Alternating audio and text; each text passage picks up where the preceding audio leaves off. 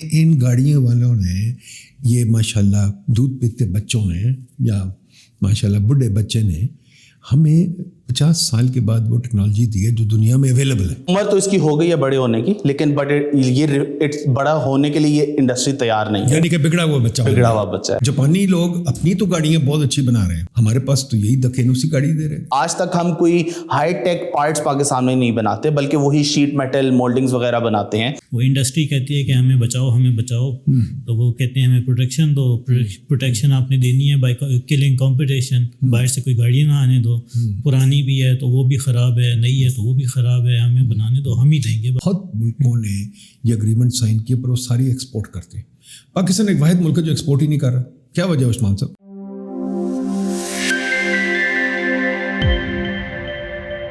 السلام علیکم.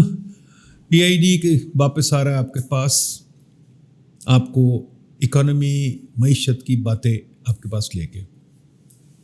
معیشت آپ کی زندگی کے ساتھ تعلق رکھتی ہے، آپ کے بچوں کی زندگی کے ساتھ تعلق رکھتی ہے. اگر معیشت اچھی ہوگی آپ کی عزت ہوگی، آپ کے پاس چیزیں ہوں گی کھانے پینے کو. ورنہ پالیٹکس کو ہم روتے رہتے ہیں. پالیٹکس PID کہتا ہے جہنم میں گئی، معیشت پہ غور کریں. تو ہم معیشت کی طرف دیکھتے ہیں، آپ کے پاس معیشت کی چیزیں لے کے آتے ہیں. اکانومی میں ایک بہت بڑی چیز ہے، اس پہ آج بات کریں گے.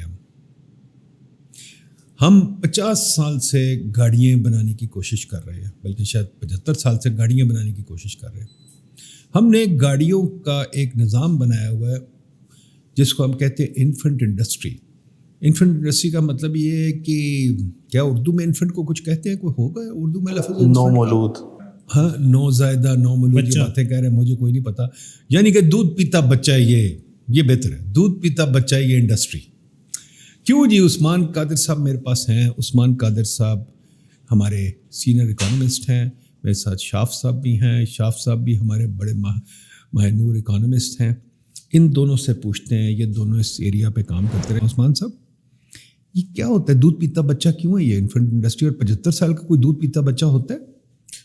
دیکھیں جی، اس طرح تھا کہ پاکستان جب بنایا گیا تھا اس وقت ہمارے پاس کوئی انڈسٹری تو تھی نہیں. تو ہم نے انڈسٹری ڈیولپ کرنے کے لیے، بنانے کے لیے انہوں نے کہا کہ تم لوگ آؤ، پلانٹ لگاؤ اپنے، ہم تمہیں تھوڑی دیر کے لیے پیسے دیں گے، تمہاری سہولت کریں گے، تم گاڑیاں بنانا شروع کرو، گاڑیاں بیچو، تو اس کے بعد پھر دیکھیں گے. تو انہوں نے کیا یہ کہ انہوں نے پلانٹ لگا لیے، اپنے گاڑیاں بنانا شروع کی. گورنمنٹ ان کو مدد کرتی گئی اور وہ آج دن تک مدد کر رہی ہے. مطلب یہ کہ 75 سال سے یہ بچہ دودھ ہی پیتا جا رہا ہے. اور ہم سب کو دودھ پیتا جا رہا ہے اور ہمیں کچھ نہیں مل رہا، یا مل رہا ہے کچھ. کیوں شاف صاحب، کچھ مل رہا ہے اس سے؟ اس میں دیکھیں تو کچھ شاید چیزیں ملی بھی ہیں، لیکن شاید اس کے بدلے کاسٹ بہت زیادہ دینی پڑی ہے. میرے خیال سے انفنٹ انڈسٹری کے بجائے یہ ایک طرح سے ایک ٹرمینالوجی جیسے آج کل ایک مین چائلڈ ہے کہ عمر تو اس کی ہو گئی ہے بڑے ہونے کی، لیکن یہ بڑا ہونے کے لیے یہ انڈسٹری تیار نہیں ہے، یعنی کہ بگڑا ہوا بچہ ہے. تو بہت عرصہ ہماری صرف 3 کمپنیاں رہیں جن کو ہم نے لوکلائزیشن پالیسی کے پیچھے ہم لگے رہے. 1987 میں پہلی لوکلائزیشن پالیسی آئی کہ ہم پوری کی پوری گاڑی جو ہے وہ پاکستان میں بنانے کی کوشش کریں. یہ پلیز یہاں 1 منٹ رک جائیں. یہ دنیا میں کہیں گاڑی پوری کی پوری ایک ملک میں بنتی ہے؟ بہت کم ایسے ممالک ہیں جہاں پہ گاڑی پوری، یا ہو سکتا ہے کہ اس کا ایک میجر پورشن جو ہے ان کے پاس مینوفیکچرنگ یونٹس ہوں. میرا تو خیال کہیں بھی نہیں. جاپان ایک ایسی ایگزامپل ہے جن کی پروڈکشن کیپیسٹی اتنی ہے، لیکن انہوں نے اپنی پوری انڈسٹری اتنی بڑھائی. انہوں نے جاپان کی آدھی گاڑیاں تو امریکہ میں بنتی ہیں، اور جاپان کی گاڑیاں موروکو میں بن رہی ہیں، جاپان کی گاڑیاں بن رہی ہیں آل اوور دا ورلڈ. بالکل. اب یہ کہنا کہ لوکل انڈسٹری، میں ٹویوٹا کا بھی دیکھ رہا تھا، فورڈ کا بھی دیکھ رہا تھا، پارٹس تو 200 ملکوں سے آتے ہیں. 200 زیادہ کر رہا ہوں، چلے 20 25 30 ملکوں سے آتے ہیں اور وہ جڑتے ہیں. وہ میں نے آپ کو بتایا تھا ایک دفعہ، پتہ ہے آپ کو یاد ہے، ایک آئی پینسل ایک پیپر لکھا گیا تھا، وہ کہتے ہیں پینسل بھی ایک ملک میں نہیں بنتی. تو یہ لوکلائزیشن عثمان صاحب، یہ کچھ پالیسی اچھی تھی، ٹھیک تھی؟ دیکھیں جس وقت شروع ہوا تھا اس وقت تو ضرورت تھی ہمیں لوکلائزیشن کرنے کی، تھوڑی کیپیبلٹی بنانے کی. ہم اس وقت تو کچھ بھی نہیں بنا سکتے تھے، تو چلیں تھوڑا بہت کر لیا. مگر اب جو ہے صورتحال بدل گئی ہے. گاڑی کہیں بھی اس طرح ایک جگہ پہ نہیں بنتی ہے، ہر جگہ سے پارٹس آتے ہیں. میں اس پہ میں اگری نہیں کرتا. لوکلائزیشن میرا تو خیال ہے ایک ہم نے اپنے آپ سے جھوٹ بولا تھا. اس وقت کے لیے ٹھیک تھی جی، بٹ دیٹ وازنٹ کہ آپ اس کو چلاتے جائیں. اس وقت کے لیے ذرا غور کر لیں. 5-10 سال کرکٹ بھی جب آپ لوکل کھیلتے تھے، یا مجھے یاد ہے بھولو پہلوان جب لوکل کشتی کرتا تھا، تو جب انٹرنیشنل کمپٹیشن ختم ہو گیا،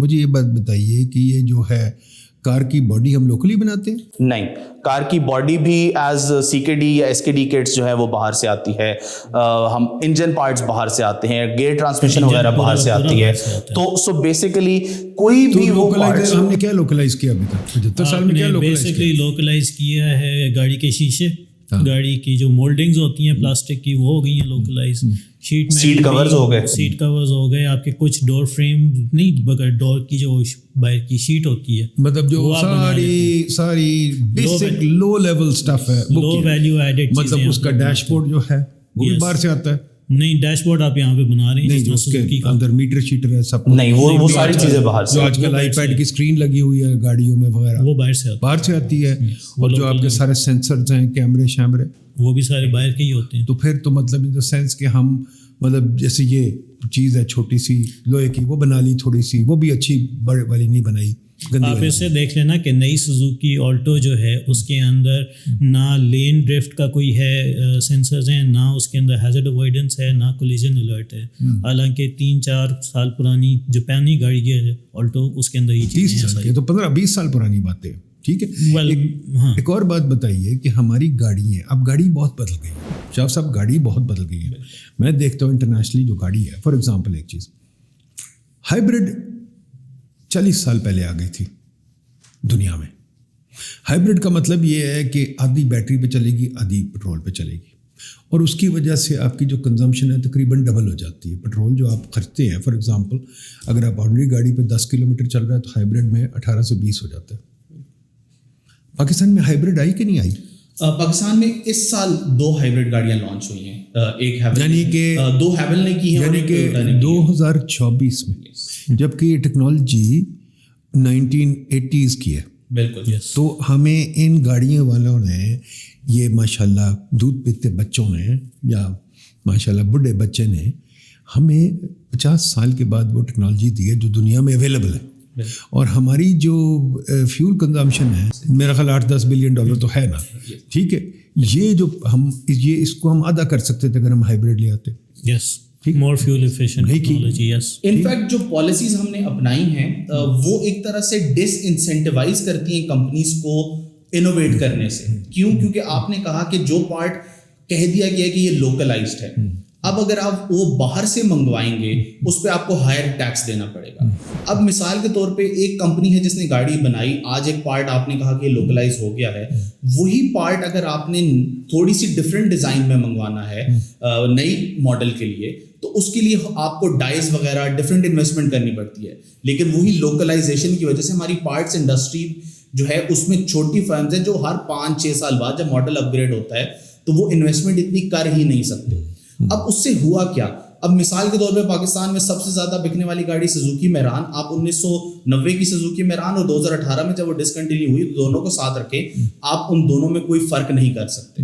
کیوں؟ کیونکہ 20-25 سال گاڑی میں کوئی چینج نہیں لایا گیا اسی پالیسی کی وجہ سے. ہونڈا سٹی آپ دیکھیں 13 سال ایک جنریشن پاکستان میں آتی رہی, 13 سال بعد 2019 میں جب وہ نئی جنریشن لانچ کی گئی وہ تھی جو کہ دنیا میں 2018 میں ہے, اور اس کا ہائیبرڈ ورژن ہونڈا گریس کے نام سے بھی دنیا میں چلتا رہا بٹ پاکستان میں نہیں آیا. اس کے برعکس اگر ہم دیکھیں اس ٹائم پاکستان میں کمپیکٹ SUVs جو ہے جیسے کیا سپورٹیج ہے, ہائنڈائی 200 ہیں, ان کی یا MG کی گاڑی ان کی بھرمار ہے. اب وہ اس پرائس میں جس میں پاکستان میں سیڈانز مل رہی تھیں وہ کمپیکٹ SUVs بہت زیادہ فیچرز کے ساتھ دے رہے ہیں, جس کی ایک بہت بڑی وجہ یہ ہے کہ ان کے کوئی بھی پارٹس لوکلائز کنسیڈر نہیں ہوتے تھے. تو جب وہ امپورٹ کرنے لگے وہ سارے پارٹس نئے تو وہ کم قیمت میں پڑے کمپنیز کو, جس سے ہمیں یہ چیز نظر آتی ہے کہ اگر آپ یہ ٹیکس ریٹ جو آپ نے اتنے غلط ٹیکسز بنائے ہوئے ہیں ان کو اگر آپ ریزنیبل لیول پہ لائیں اور کمپنیز کو اگر آپ صحیح سے گلوبل ویلیو چین کا پارٹ بننے دیں تو اچھے فیچرز والی گاڑیاں کم قیمت میں پاکستان میں مل سکتی ہیں. عثمان صاحب ایک اور بات بتائیے کہ اب یہ 75 سال میں کیا پالیسی چینجز آتی ہیں؟ ایک تو لوکلائزیشن ہے, ایک وقت پہ ہم باہر سے گاڑیاں منگوا سکتے تھے, پھر وہ بھی بند ہوئی مجھے یاد, پھر ہوا سیکنڈ ہینڈ گاڑیاں منگوا سکتے تھے, پھر انہوں نے کہا یار یہ تو ہماری جو کار انڈسٹری اس نے کہا نہیں ہم باہر کی سیکنڈ ہینڈ کار سے کمپیٹ نہیں کر سکتے, باہر کی جو سیکنڈ ہینڈ کار ہے وہ ہماری گاڑی سے بہتر ہے, تو آپ اس طرح کریں اس کی لمٹ کر دیں. پہلے انہوں نے 5 سال کی, پھر 3 سال کی, پھر 5 سال واپس گئے, تو یہ گیم چلتی رہی 3 سال 5 سال 4 سال اس طرح ہوتا رہا. پھر انہوں نے کہا بالکل ہی بند کر دو. اب بالکل ہی بند کر دیا ہم نے, سیکنڈ ہینڈ گاڑی آ نہیں سکتی. میں ٹھیک کہہ رہا ہوں. اس کے بعد انہوں نے نئی گاڑی تو ویسے ہی بند کر دی, یا نئی گاڑی کی قیمت اتنی زیادہ منگوا ہی نہیں سکتے. تو اس کے بارے میں آپ کا کیا خیال ہے؟ یہ میں صحیح کہہ رہا ہوں یا غلط کہہ رہا ہوں؟ کیا ہے؟ نہیں, آپ صحیح کہہ رہے ہیں, پر یہ بیسکلی وہی ہے نا کہ آپ نے, وہ انڈسٹری کہتی ہے کہ ہمیں بچاؤ ہمیں بچاؤ, تو وہ کہتے ہیں ہمیں پروٹیکشن دو. پروٹیکشن آپ نے دینی ہے بائی کلنگ کمپٹیشن. باہر سے کوئی گاڑی نہ آنے دو, پرانی بھی ہے تو وہ بھی خراب ہے, نئی ہے تو وہ بھی خراب ہے, ہمیں بنانے دو, ہم ہی دیں گے بس. اور ان میں کوئی سیفٹی فیچرز ہے؟ باہر تو بہت سیفٹی فیچرز ہیں. باہر تو بہت آتے ہیں, جیسے وہ آپ کو پہلے بتایا کہ وہ ہیزارڈ اوائڈنس ہے, پھر لین ڈرفٹ ہے. یہاں نہیں, air bags for example, air bags ہماری گاڑیوں میں 2021 میں جو پاکستان میں پالیسی آئی, اس میں یہ کنڈیشن لگائی گئی کہ اب کوئی گاڑی پاکستان میں ایسی نہیں بن سکتی جس میں ایئر بیگز نہ ہو. نہیں, پر کتنے ایئر بیگز؟ وہ ہر گاڑی میں ڈفر کرتے ہیں, لیکن 1 یا 2 اب ہر گاڑی میں آتے ہیں. 2021 میں بٹ ٹھیک ہے برشاف صاحب, امریکہ میں, اب برطانیہ میں گاڑی میں 6 8 ایئر بیگز ہیں. وہ آپ کو ایک لفافے کی طرح بند کر لیتے تاکہ آپ کو چوٹ نہ لگے. یہاں کیا ہے, یہاں ایکسیڈنٹ ہو جائے گاڑی میں فار ایگزامپل, ایک اور چیز وہ کرتے ہیں, وہ ٹیسٹ کرتے ہیں گاڑی 25 میل کی رفتار پہ ایک دیوار میں مار کے کیا چوٹ لگتی ہے. یہاں کوئی ایسا ٹیسٹ ہوتا ہے؟ وہ دیکھتے ہیں, دروازے ری انفورس کرتے ہیں وغیرہ وغیرہ چیزیں, ایک اسٹیل کیج بناتے ہیں جس کے بندہ, کیونکہ انسانی جان کی ویلیو ہے.